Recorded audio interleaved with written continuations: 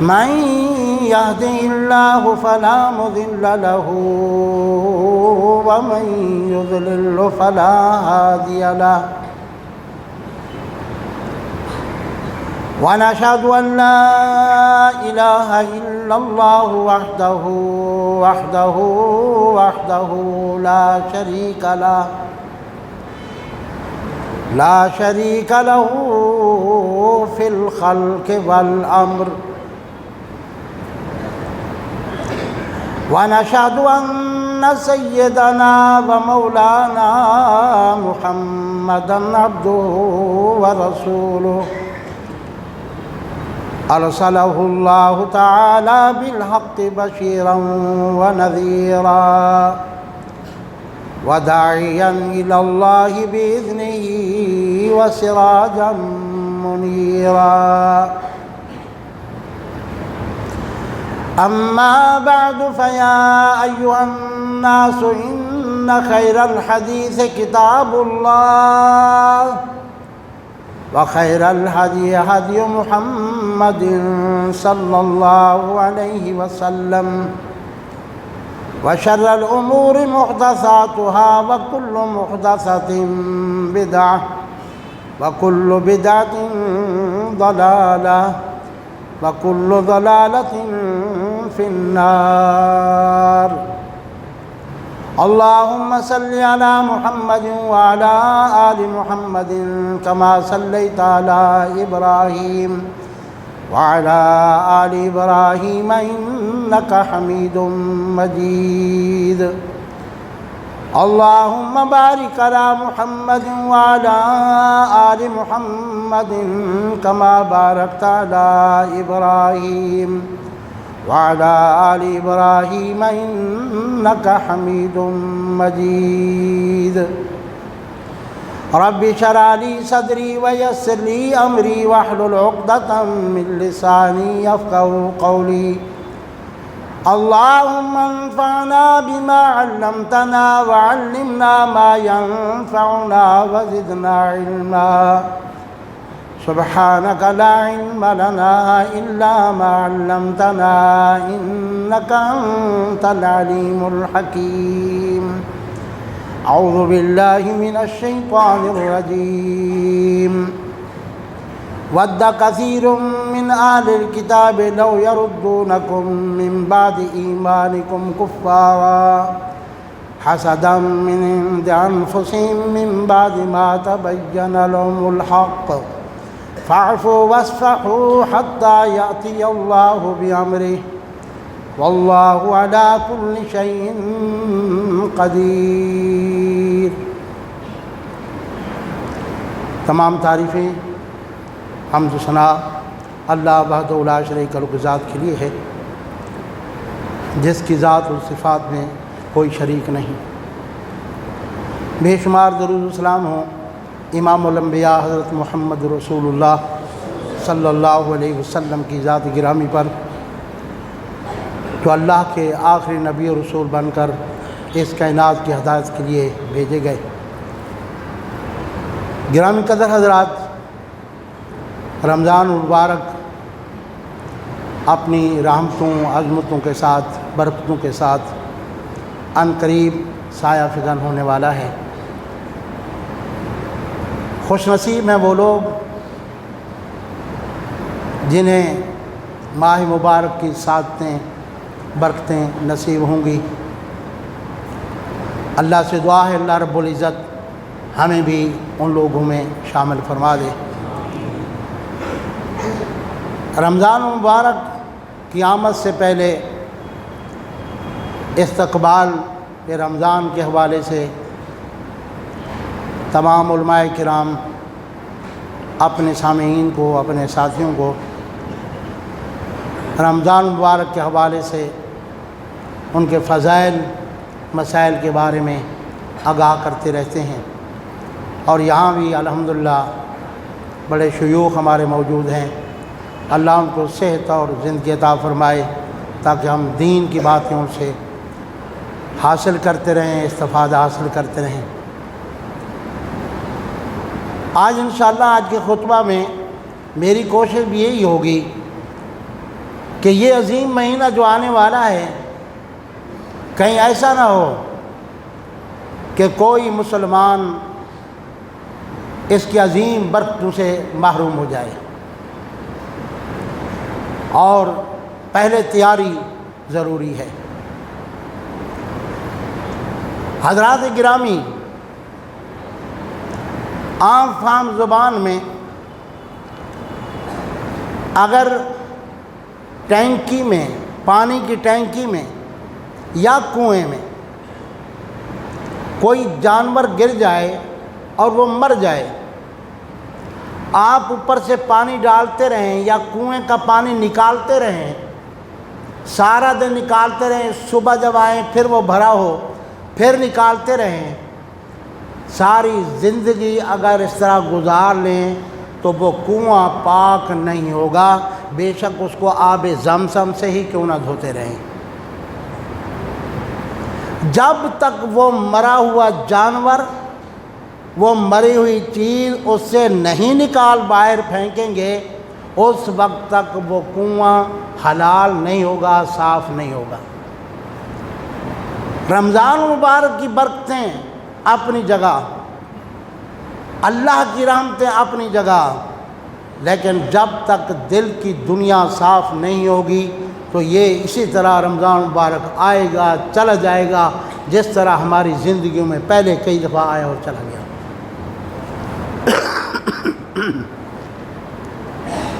بے شمار ہمارے وہ اعمال ہیں، وہ گناہ ہیں جن کی وجہ سے ایک مومن، ایک مسلمان بھی وہ رحمتیں، وہ برکتیں، وہ سعادتیں حاصل نہیں کر سکتا۔ آج جس گناہ کی طرف توجہ دلانی ہے، اللہ ہم سب کو اس سے بچنے کی توفیق عطا فرمائے، وہ ہے حسد۔ حسد یہ ایسا جرم ہے، یہ ایسا گناہ ہے کہ رحمت کائنات صلی اللہ علیہ وآلہ وسلم نے ارشاد فرمایا کہ حسد سے بچو، اس لیے کہ یہ حسد صفایا کر دیتا ہے۔ فرمایا بالوں کا نہیں بلکہ دین کا۔ انسان دین سے، ایمان سے محروم ہو جاتا ہے جب شیطان کے اس چکر میں آ کے انسان حسد کی غلاظت سے اپنے آپ کو نہیں بچا پاتا، تو پھر اس کے لیے رمضان مبارک کا مہینہ کیا، کچھ بھی ہو جائے وہ بندہ کامیاب نہیں ہو سکتا۔ اس لیے کہ رحمت کائنات صلی اللہ علیہ وسلم نے فرمایا کہ کسی انسان کے دل میں دو چیزیں یکجا جمع نہیں ہو سکتی، دونوں چیزیں کٹھی جمع نہیں ہو سکتی۔ فرمایا ایمان اور حسد، یا تو ایمان ہوگا یا حسد ہوگا۔ اگر حسد ہے تو ایمان رخصت، اگر ایمان ہے تو پھر حسد قریب بھی نہیں بھٹکے گا۔ اب ہم یہ دیکھ لیں کہ اگر ہم ان خوش نصیب لوگوں میں سے ہیں جن کو اللہ نے ایسا دل دیا ہے کہ ہم اس نحوست سے اپنے آپ کو محفوظ کر پاتے ہیں، تو پھر ہمارے لیے ماہ مبارک کا مہینہ بڑی برکتوں والا ہے۔ یہ بات اپنی جگہ برحق ہے کہ رحمت کائنات صلی اللہ علیہ وسلم نے فرمایا من صام رمضان ایمانا و احتسابا غفر له ما تقدم من ذنبه، جس نے ایمان و یقین کے ساتھ ماہ مبارک کے روزے رکھے اللہ اس کے گناہوں کو معاف فرما دے گا۔ من قام رمضان ایمانا و احتسابا غفر له ما تقدم من ذنبه، جس شخص نے نفلیں ادا کی، نوافل بندگی کی، اللہ کے حضور سجدہ ریز رہا، اللہ اس کے گناہوں کو معاف کر دے گا۔ من قام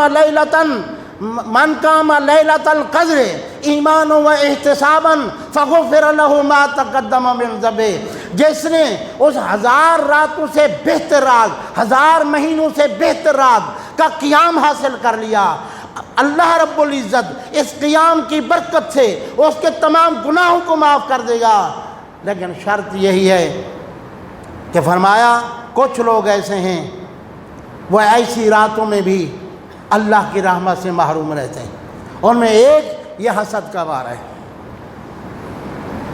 حسد ہے کیا؟ حسد یہ ہے کہ کسی دوست، کسی رشتہ دار، کسی پڑوسی، کسی مسلمان کے پاس اللہ کوئی نعمت دے اور دوسرا بندہ چاہے کہ اس کی نعمت اس سے چھن جائے۔ اب اس کو وہ طالب علموں میں بھی ہو سکتا ہے، طالب علم میں ایک کلاس کے ہیں، ایک طالب علم ذہین ہے، اس کے اندر صلاحیتیں ہیں، وہ محنت کر کے مقام حاصل کرتا ہے، اور ایک طالب علم اسی کلاس کا رات دن محنت کر رہا ہے مگر وہ وہاں تک نہیں پہنچ سکتا، اور وہاں حسد کرتا ہے کہ یہ مجھ سے سبقت کیوں لے جا رہا ہے۔ وہ قرآن کا طالب علم ہے، وہ حدیث رسول کا طالب علم ہے، خاسر دنیا والآخرہ، وہ تباہ و برباد ہو گیا ہے۔ اور اس کو وسعت دیں، ایک دفتر میں کام کرتے ہیں، اس صورت میں ایک ماں باپ کی اولاد ہیں، بھائی ہیں، ایک بھائی اپنی محنت سے، اپنے خوش اخلاقی سے، کیونکہ تمام انسان برابر نہیں ہوتے، اپنی محنت سے، خوش اخلاقی سے اور والدین کا اعتماد حاصل کرتا ہے، والدین کی نظر میں ایک مقام حاصل کرتا ہے، دوسرا محنت کرنے کے بجائے حسد کرتا ہے کہ اس کی عزت ہے میری کیوں نہیں ہے، یہ بھی تباہی کی طرف کر راستہ ہے۔ یہ صورت کاروبار کی ہے، یعنی کسی بھی شعبے میں آپ دیکھ لیں۔ اور میرے بھائیوں، اللہ کی اس دھرتی پر، اللہ کی اس سرزمین پر سب سے پہلا جو جرم ہوا، جو بغاوت ہوئی، وہ اسی حسد کی بنیاد پر ہوئی ہے۔ سب سے پہلا جرم جو شیطان سے سرزد ہوا وہ اسی حسد کی بنیاد پر تھا کہ انا خیر منہ خلقتنی من نار وخلقتہ من طین، میں اس سے بہتر ہوں، میں آگ سے پیدا کیا گیا ہوں، یہ آدم مٹی سے پیدا کیا گیا ہے، میں اس کے سامنے کیسے جھکوں۔ جب حسد کی بنیاد پر بغاوت اختیار کی تو وہ بے شک جو ہے مقام حاصل کر چکا تھا، بندگی کرتا تھا، خالق کائنات نے اس کی بندگی کی کوئی قدر و قیمت نہیں لگائی اور اسے راندہ درگاہ کر دیا۔ اور اس حسد کی مختلف قسمیں، یہ بھی میں عرض کر لوں۔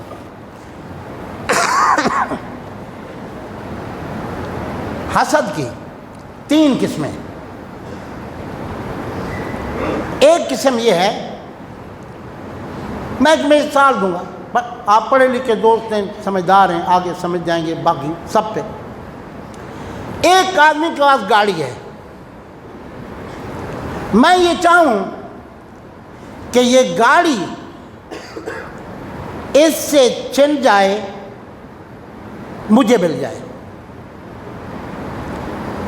اس سے ایک تو ہے کہ اس کے بعد گاڑی ہے، اللہ اس کو سلامت رکھے، یا اللہ مجھے بھی دے دے، یہ رشک ہے، اس کا کوئی ایسا مسئلہ نہیں ہے، اس کی سلامتی کے لیے دعا کر رہے ہیں اور اللہ سے فضل مانگ رہے ہیں، یہ گناہ نہیں ہے۔ ایک ہے اس سے چھن جائے، یہ گاڑی مجھے مل جائے، یہ حسد ہے،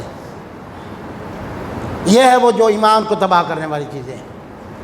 دوسری صورت وہ اس سے بھی زیادہ بری ہے، وہ کیا ہے؟ وہ یہ ہے کہ یہ جو گاڑی ہے اس کے پاس، مجھے ملے یا نہ ملے، اس کے پاس نہیں رہنی چاہیے، اس کا ایکسیڈنٹ ہو جائے، یہ محروم ہو جائے۔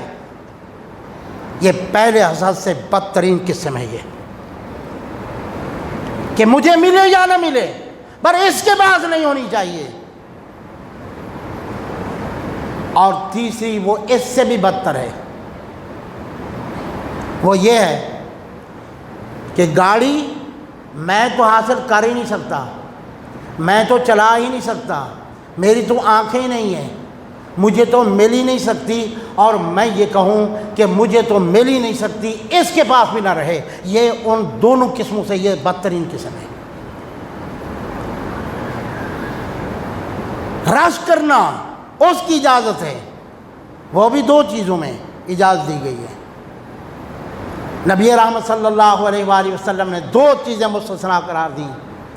فرمایا ایک وہ جس کو اللہ نے قرآن عطا کیا ہے، وہ رات اور دن کی ساعتوں میں اللہ کے قرآن کو پڑھتا ہے، تلاوت کرتا ہے۔ دوسرا بندہ کہتا ہے کاش کہ مجھے بھی قرآن مجید آتا، میں بھی اس طرح اللہ کی کتاب کو پڑھ کر اللہ کے ساتھ ہم کلام ہوتا۔ فرمایا یہ جائز ہے۔ اور دوسری قسم، آتا اللہ المال، اللہ نے بندے کو مال عطا کیا ہے، فَهُوَ يُنْفِقُ، وہ اللہ کی راہ میں رات اور آنا اللیل وآنا النہار، رات ہے یا دن ہے، وہ اللہ کی راہ میں خرچ کرتا رہتا ہے۔ بندہ یہ تمنا کرتا ہے یار یہ اللہ کو راضی کر رہا ہے، یہ اللہ کی راہ میں خرچ کر رہا ہے، کاش کہ میرے پاس بھی مال و دولت ہوتی، میں بھی اسی طرح اللہ کی راہ میں خرچ کرتا رہتا اور اپنے رب کو راضی کرتا۔ ان دو صورتوں میں حسد، اس کو رش کہتے ہیں، یہ حسد نہیں ہے، یہ جائز ہے۔ اس کے علاوہ حسد کرنا یہ جائز نہیں، بلکہ یہ وہ بیماری ہے جس سے انسان کا ایمان وہ تباہ و برباد ہو جاتا ہے۔ ایک مثال میں نے شیطان کے حوالے سے دی، دوسری مثال اللہ کی سرزمین پر سب سے پہلا قتل جو ہوا وہ حسد کی بنیاد پہ ہوا ہے۔ سب سے پہلی انسانی جان جو لی گئی وہ اس حسد کی بنیاد پہ تھی۔ وَاتْلُ عَلَيْهِمْ نَبَأَ ابْنَيْ آدَمَ بِالْحَقِّ إِذْ قَرَّبَ قُرْبَانًا فَتُقُبِّلَ مِنْ أَحَدِهِمَا وَلَمْ يُتَقَبَّلْ مِنَ الْآخَرِ۔ قابیل نے حابیل کو قتل کر دیا، سگے بھائی کو، اور یہ حسد ایسی لعنت ہے کہ جو ماں باپ کو بھی نہیں دیکھتی، یہ ایسا جرم ہے جو بھائی بہنوں ان کو بھی برداشت نہیں کرتا۔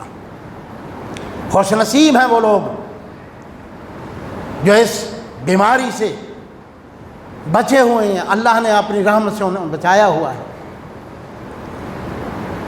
آدم علیہ السلام کے دونوں بیٹے، قابیل نے حابیل سے حسد کیا کہ میں اپنی بہن کے ساتھ نکاح کروں گا، اور حابیل نے کہا یہ قانون قدرت جو ہماری یہ شریعت مقرر ہے اس کے خلاف ہے، اللہ کے قانون کو نہ توڑو۔ اور حسد وہیں آتا ہے جہاں اللہ کا قانون ٹوٹ رہا ہوتا ہے۔ نبی رحمت صلی اللہ علیہ وسلم نے فرمایا، اللہ فرماتے ہیں حاسد میرا دشمن ہے، حسد کرنے والا میرا دشمن ہے، اس لیے کہ اس رزق کی تقسیم پر وہ راضی نہیں، جبکہ تقسیم میں نے کی ہے، میں جسے چاہتا ہوں۔ اللہ یبسط الرزق لمن یشاء من عبادہ ویقدر لہ ان اللہ بکل شیء علیم۔ اللہ جس کا چاہتا ہے رزق بڑھا دیتا ہے، جس کا چاہتا ہے کم کر دیتا ہے۔ انسان کو کیا اختیار ہے، کیا جرأت ہے، وہ کس حیثیت میں حسد کر رہا ہے؟ اللہ کی تقسیم پہ راضی نہیں۔ اللہ فرماتے تقسیم میں نے کی ہے، نحن قسمنا بینہم معیشتہم فی الحیات الدنیا ورفعنا بعضهم فوق بعض۔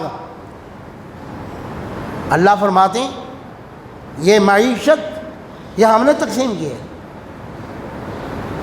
ہم نے تقسیم کی ہے، بعض کو زیادہ دے دیا، بعض کو کم دے دیا۔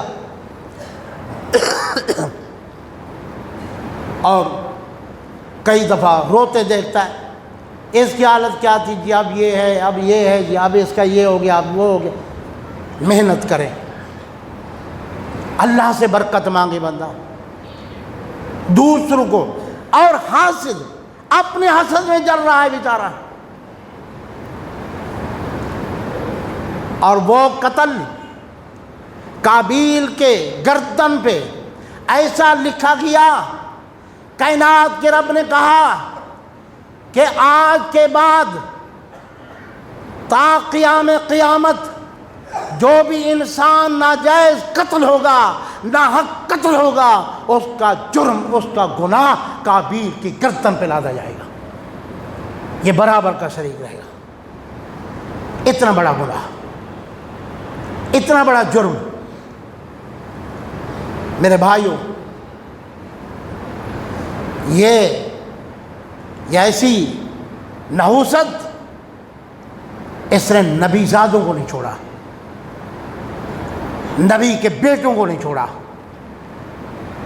یوسف علیہ السلام نے خواب دیکھا، والد گرامی نے کہا میرے بیٹے لا تقصص رؤیاک علی اخواتک فیکیدوا لک کیدا ان الشیطان للانسان عدو مبین۔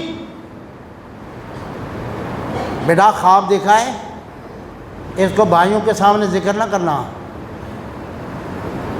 اس کو بھائیوں کے سامنے ذکر نہ کرنا۔ اور ایک حدیث ہے کہ اپنا مطلب، اپنی محنت، وہ راز دوسروں کو مت دو، کسی حاسد کے حسد نظر پڑ جائے گی۔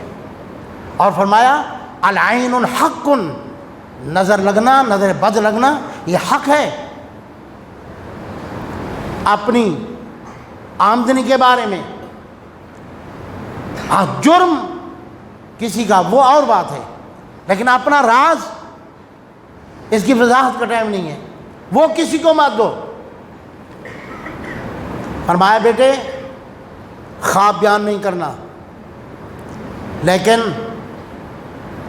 انہوں نے جب دیکھا کہ یوسف قریب ہو گیا ہے والد گرامی کے، نے کہا کہ یہ کیا ہو گیا،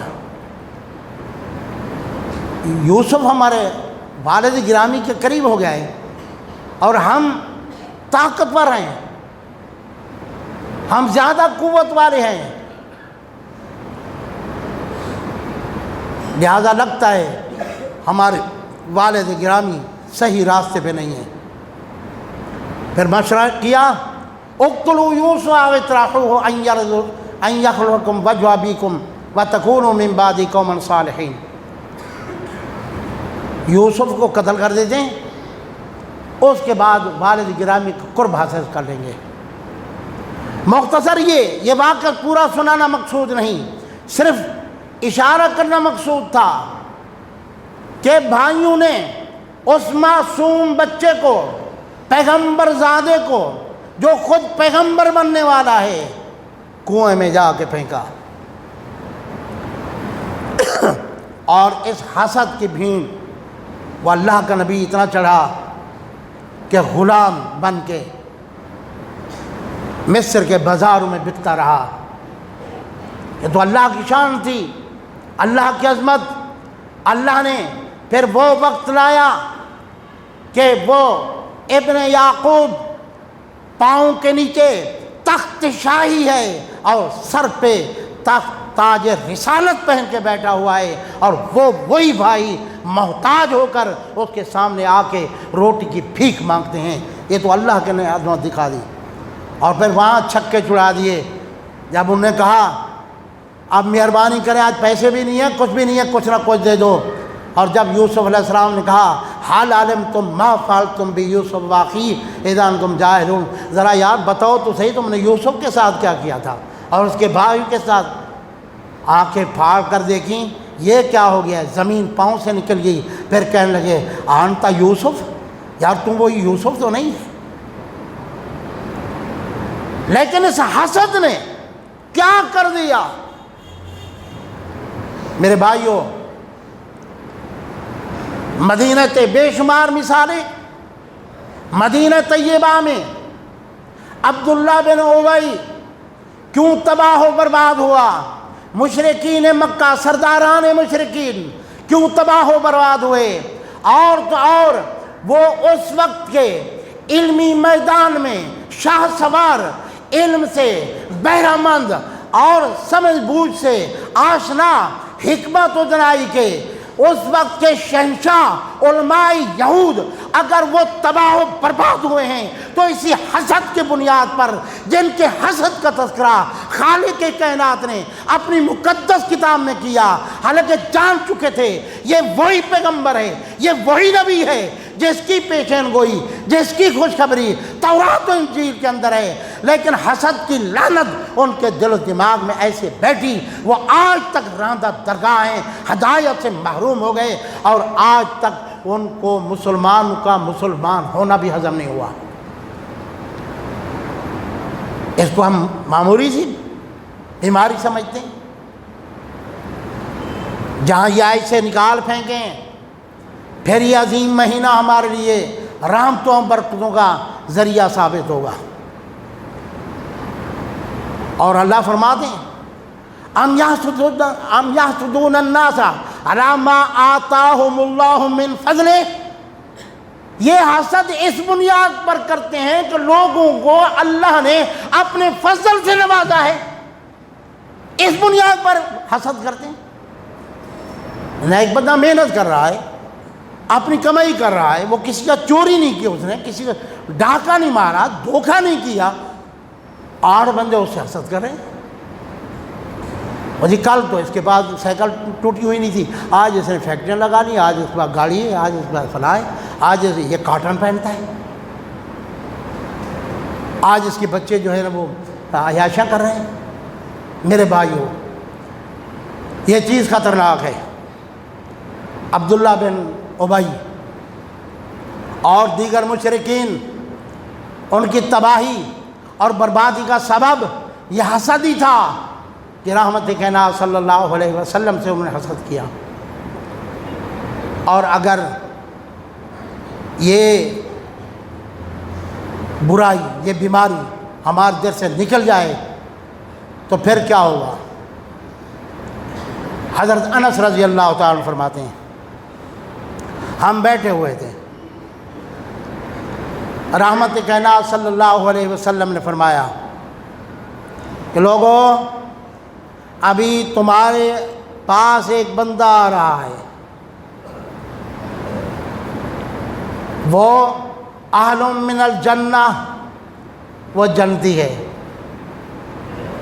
فرماتے ہیں ہم نے دیکھا ایک انصاری آئے، جوتا بائیں ہاتھ میں بغل میں لیا ہوا ہے اور داڑھی سے پانی ٹپک رہا ہے، آ کے آپ صلی اللہ علیہ وسلم کے ساتھ بیٹھ گیا۔ فرماتے 3 دن یہی خوشخبری رحمت کائنات صلی اللہ علیہ وسلم کی زبان عطر سے نکلتی رہی۔ حضرت عبداللہ بن عامر بن عاص رضی اللہ تعالی عنہ جب انہوں نے مخبر صادق صلی اللہ علیہ وسلم کی زبان عطر سے سنا تو اس انصاری کے پیچھے چل پڑے۔ میں کہا جی ہاں، کہنے کہ جی ابو سے کوئی بات چیت ہو گئی ہے، تھوڑا ناراضگی سی، تو میں 3 دن قسم کھا لی کہ میں نہیں آؤں گا، تو میں آپ کا مہمان بننا چاہتا ہوں۔ جی آ جائیں۔ 3 دن کو پوچھا بھی نہیں ہے، 3 دن رہے۔ 3 دن گزارنے کے بعد فرماتے میرے دل میں خیال آیا، بدگمانی پیدا ہونے والی تھی کہ یار وہی نماز ہم پڑھتے ہیں جو یہ پڑھ رہے ہیں۔ رات کو جب آنکھ کھلتی ہے تو اللہ اکبر ان کی زبان سے نکلتا ہے اور ذکر کرتے ہیں، پھر سو جاتے ہیں۔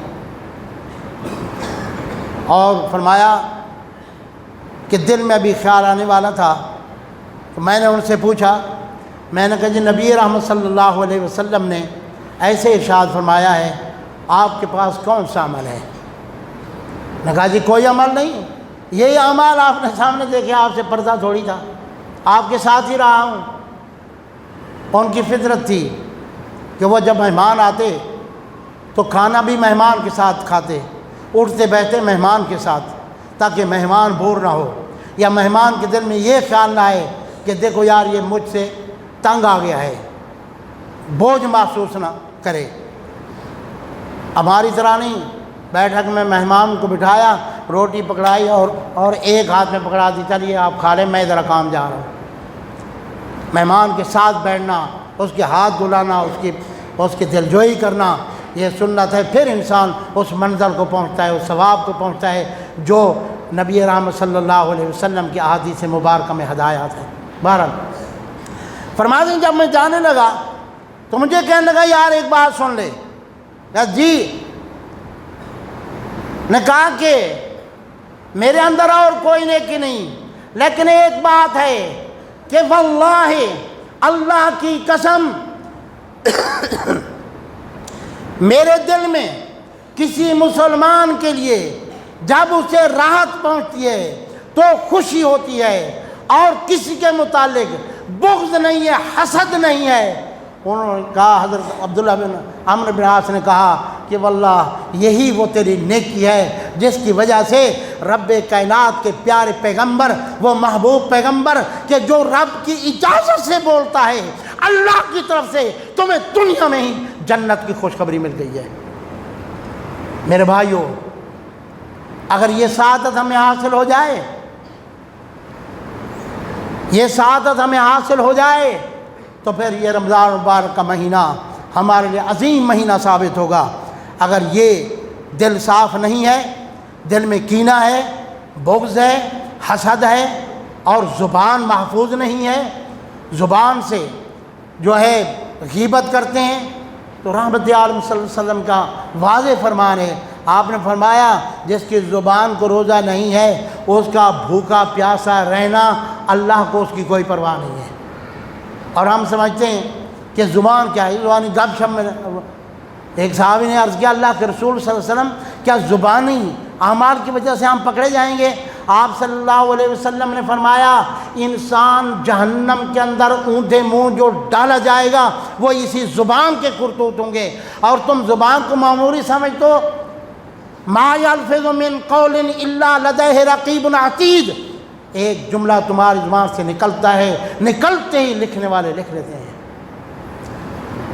میرے بھائیو، آج کے خطبہ جمعہ میں یہی درخواست کرنی تھی، آپ اپنے لیے بھی، اہل خانہ کے لیے بھی، تمام اہل اسلام کے لیے یہ دعا کریں اللہ ہمیں اس بیماری سے نجات عطا فرمائے، تاکہ ہماری تمام عبادات اللہ کے ہاں قبول ہوں اور ہم دنیا سے جب جائیں تو سرخ روح ہو کر جائیں۔ وآخر دعوانا ان الحمدللہ رب العالمین۔